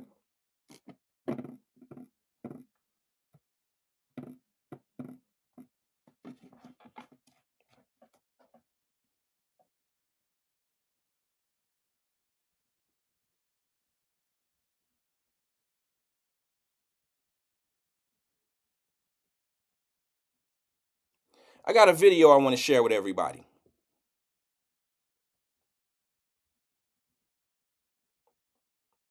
And then here's what I'd like to ask. Wouldn't we be in a better spot if our kids were listening to different kind of music? Yes or no?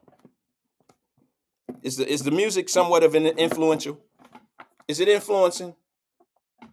Is it influencing us? I had this video burned because it's positive.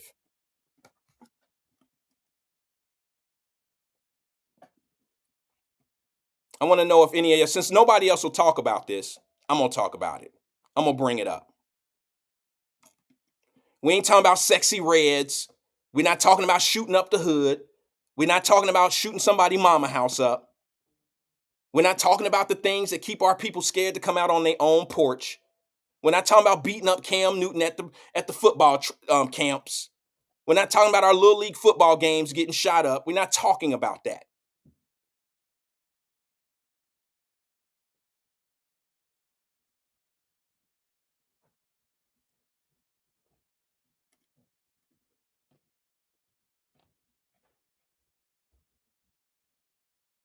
We're not talking about that. Imagine if kids was making music about positive things. How far would that go?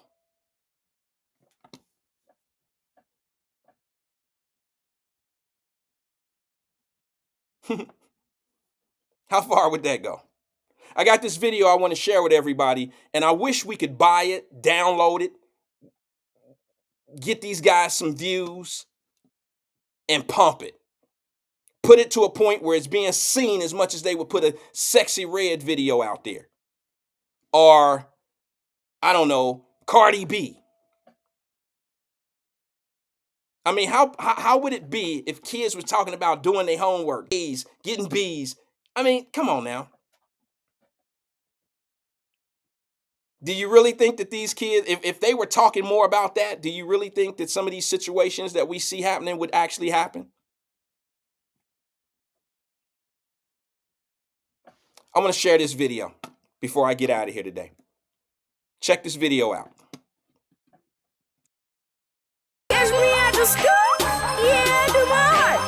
Catch me at the crib, yeah, I do my work. I'm on a roll, I'm on a roll, I'm on a roll, I'm on a roll, yeah, I do my work. Yeah, I do my work. I'm on a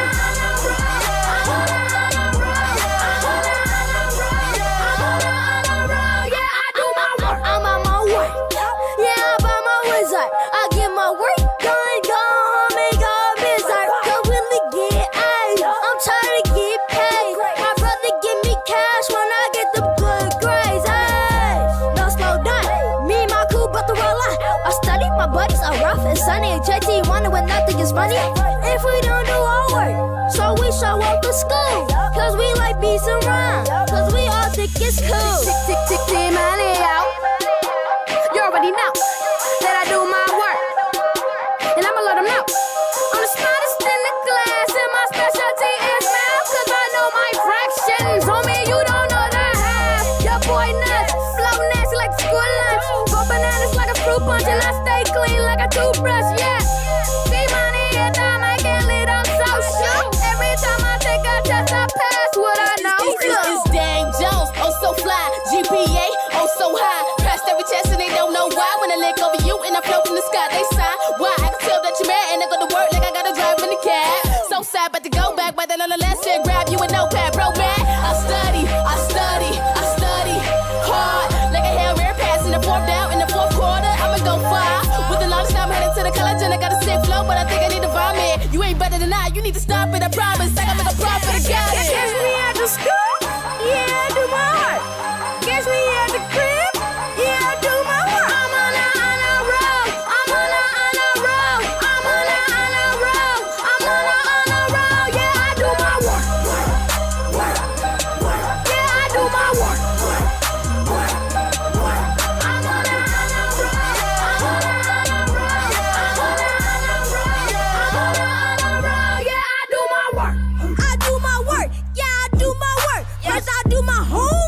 Then I go write my verse. Beats and rhyme, yeah. I'm in beats and rhyme. I work hard on my line, then pass every time. Yeah, buddy, it's Chris. You know what it is. I'm by the cap and suit, cause they know I'm about that BS gap. Till I was like a fish, everything up on my list. Higher than a C average, cause I'm crazy. Don't you get it? Once I'm in, I work, I ain't never leaving out. Ain't no doubt. When I spit it, leave their faces sauerkraut. They say I'm smart for my age. I should skip a couple grades. Now I'm headed up to 8 with a list full of A's. It's GT when you see me. I'm writing or reading in history. I'll learn about that 8 hands and leaking. And I do my work, yeah, that's every day. Never late to class, trying to get some straight. Catch me at the school, yeah, I do my heart. Catch me at the crib, yeah, I do my work. I'm on a roll, I'm on a roll, I'm on a roll, I'm on a roll, yeah, I do my work. Yeah, I do my work. I'm on a roll, I'm on a roll, yeah, I do my work. I'm in class, doing my work. Go to after school, and then I kill a verse. Song in a hearse, yeah, they so shook. Forget about that dog, beware of my notebook. I'm level 1, I get good grades. In my head, I'm about to get paid. Work, I'm about to get paid. Up in school, yeah, boys amazing. They call me Mr. T, cause I'm on an 18. 1 plus 2 is 3. It's T goes after B. How did I know that? Cause I do my homework, G. I'm a third grade menace, but I pay attention. I can read a chapter book and complete a full sentence. Catch me at the school, yeah, I do my heart. Catch me at the crib, yeah, I do my work. I'm on a roll, I'm on a roll, I'm on a roll, I'm on a roll, yeah, I do my work. Yeah, I do my work. I'm on a roll, I'm on a roll, I'm on a roll, I'm on a roll, yeah, I do my work.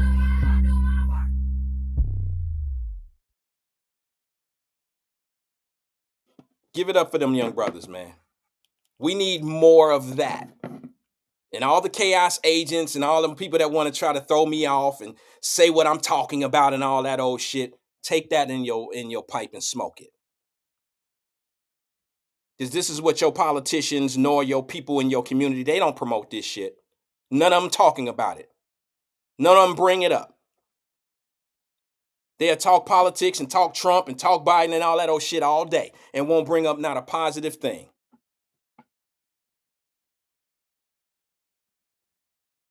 Now, this is what I say, where I don't know, y'all know Charleston, right? We were talking about Cam Newton today, right? We were talking about Cam Newton. We were talking about how he got jumped. Well, he has a podcast, sort of like this, but of course he has much more bigger audience, right? And he was talking to Charleston White, who is somebody who talks kind of brutal in the community. He says some things that I don't agree with. He says some things, he says some things that I agree with, but I don't agree with how he says it, right? Like, you ain't have to be that hard, bro. You ain't have to say it like that. Well, he explains to Cam Newton why he says what he says. You get what I'm saying? Why he says it the way he said it. Because he was like, man, in order to, ignorant mugs got to hear it an ignorant kind of way for them to understand it's meant for them. Like, you can tell when somebody's talking to you because you don't really speak that way. You don't really recognize what they're talking about. If a gang member came up and said something to you and if he's gang affiliated and he's talking code, gang code, you ain't gonna get it. You don't know he telling you to get up off his, off his set. You don't know that because you don't understand, but you'll get the picture sooner or later when he put his hand on that iron, right? Once you understand fool ain't a good thing, what you doing over here, fool? You understand what you're facing. So, I'm going to play this small clip before I get out of here.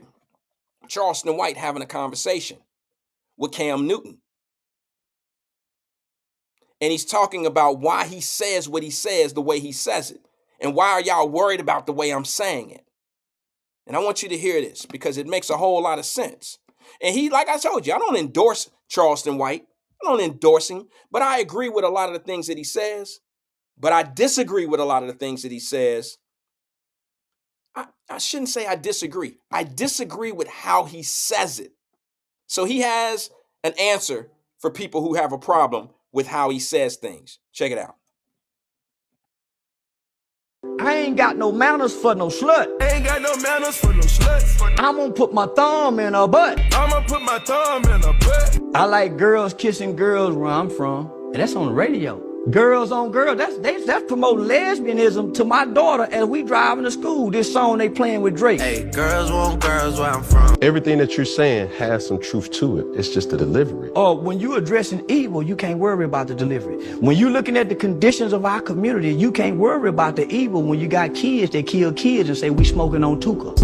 In my lungs, I say that every time 'cause he got smoke. Fuck how you feel for real. See, they wasn't worried about the delivery when these kids in Chicago were talking about smoking on Tuka. They weren't worried about the delivery. Y'all worried about the delivery?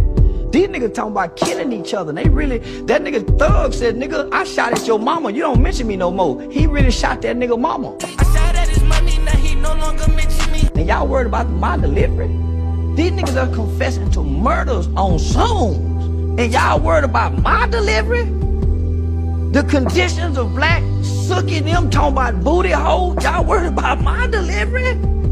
Come on, don't be hypocrites, black people, bro. Y'all can't listen to this music if y'all so caught up in my delivery.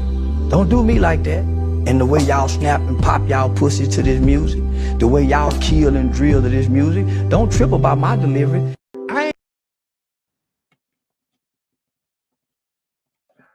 And on that note, I'll say, don't worry about my delivery.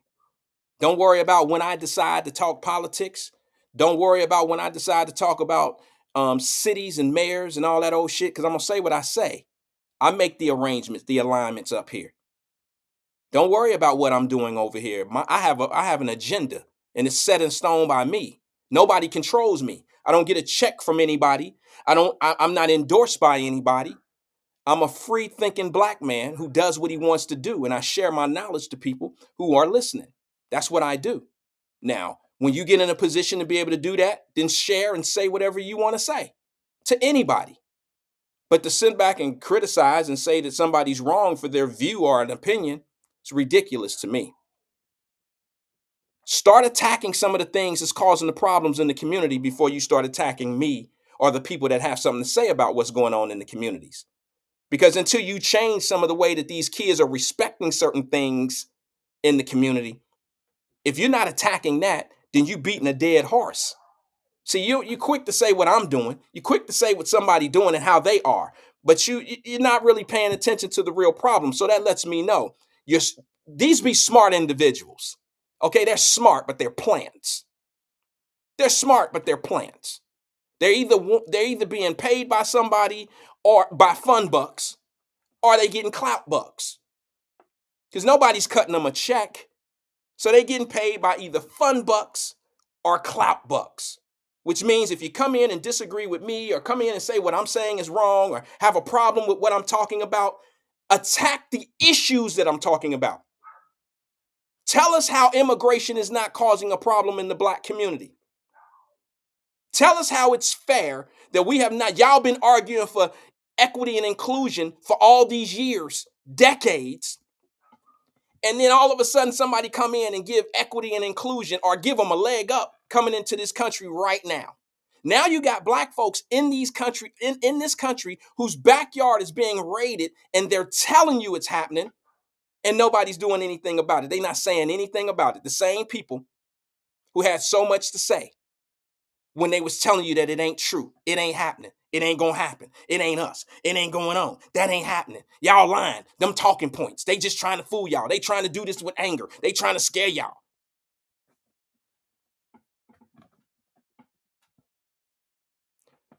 Well, the horror movie has come to the middle. You're right. They were trying to scare you. The only difference is they were scaring you to reality, not some made up shit. As much as what you want to do is bitch and complain about how you being done, but you don't bitch and complain at the people that actually do you that way. It's amazing to me. It's crystal clear what's going on. And you worried about my delivery? You worried about what the fuck I'm talking about? They won't even talk about what I'm talking about. You know why they won't talk about it? Because they would have somebody to look to and say, hey, if the CEO of a company is standing up there and he's living a great life and everybody in the company is starving, everybody would look at the CEO and say, hey, man, what's going on with the company?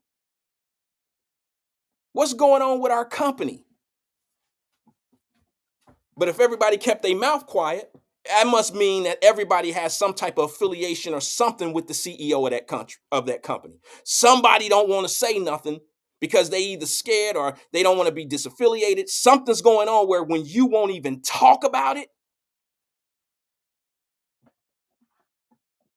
and then you shame those that do. Make that make sense. Make that one right there make sense.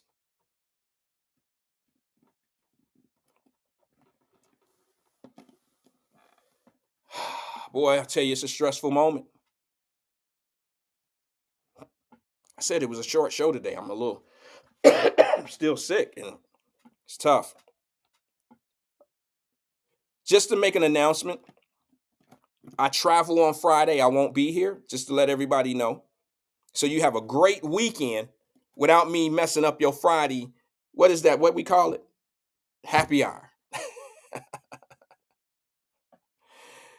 I won't mess up your Friday happy hour moment. Because I know if I'm on, you're going to watch, even if you don't want to. Like, man, I don't really want to. I'm about to get this drink, and I know I got Teresa coming to the crib this weekend, and I'm going to be thinking about that shit Wyatt be talking about. Okay, let me see. He on, let me listen. I'm a half-ass listen. You're going to drink your drink at happy hour and be listening, and you're going to have a whole messed up weekend. But you got some nice days coming up. It's going to be in the 60s, and from my understanding, in Cincinnati all week. That's good. Great weather for you. Great weather. And I believe the weekend, I'm not quite sure what the weekend is going to be in Cincinnati, but I'm going home Friday. I'm traveling Friday, and I'll be gone. I'm going to probably be gone for a while. I got some things I got to take care of, and I need to get it done for my first quarter. But that all being said, I will not be here on Friday. Okay? Just to let everybody know, I won't be here on Friday. And if so, I don't know. I don't know what time my flight is. I was thinking maybe I could go on a little bit later, maybe at 2 or 3, but that's right around E-Man's time. And I don't want to interrupt his time on Friday. If I find out he's not going on Friday, maybe I'll come in and do something. But I just want everybody to know that one of the things that I really try to do is keep everybody in tune. Because I'm in tune. And I'll never let anybody throw me off my circle of being in tune. You understand what I'm saying? There's a lot of people that try to discourage you for feeling the way you do. They don't want you to be an open-minded. They don't want you to be an individual. They don't want you to be, they don't want you to be what you want to be. Some people want to control you all the way to the end. They make you feel like if you feel different than them, something's wrong with you. Nothing's wrong with you. It's okay to be an independent individual. It's okay to be somebody that thinks outside of the normal circle and they think on their own. It's okay being that way. You'll learn later on down the line if the way you were thinking was right or wrong. You'll learn to take that chance, or you'll never know. Peace and love to everybody. That's my time. Nothing but love. I'll see you guys tomorrow at 1 o'clock. Day after day, seems like I push against the clouds. They just keep blocking out the sun.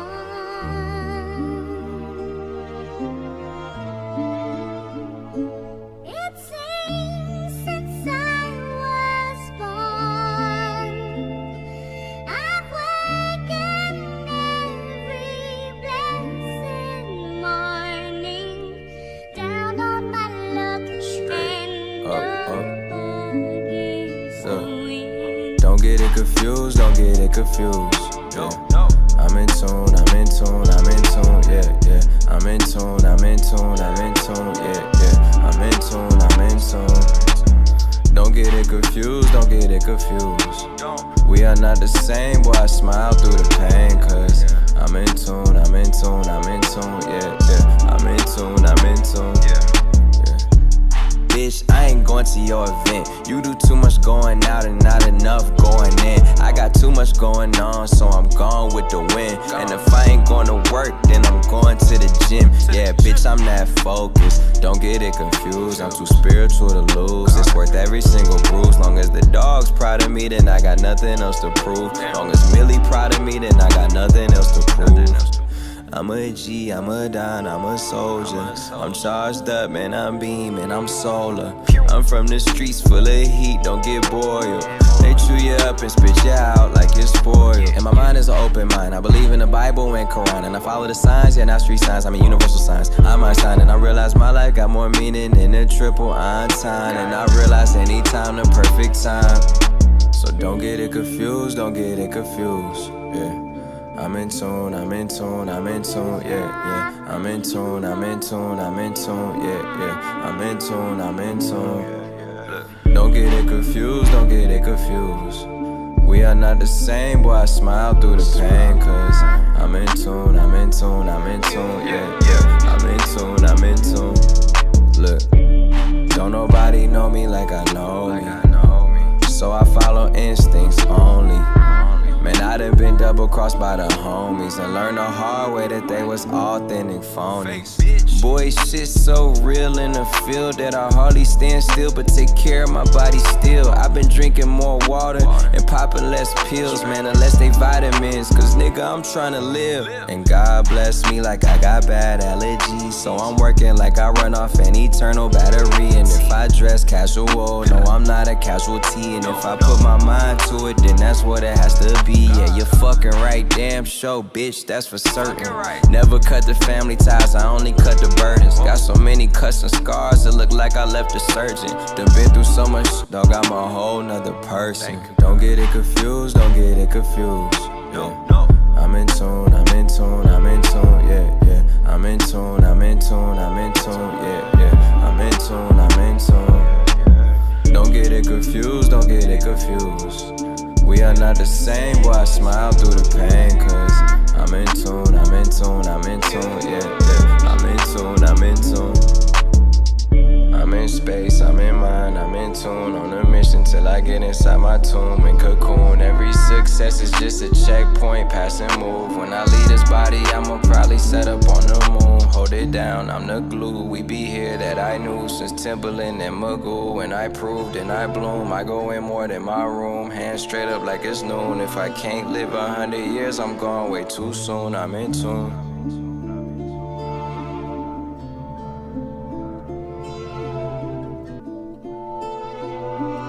Young Metro, don't trust you, I'm gonna shoot you.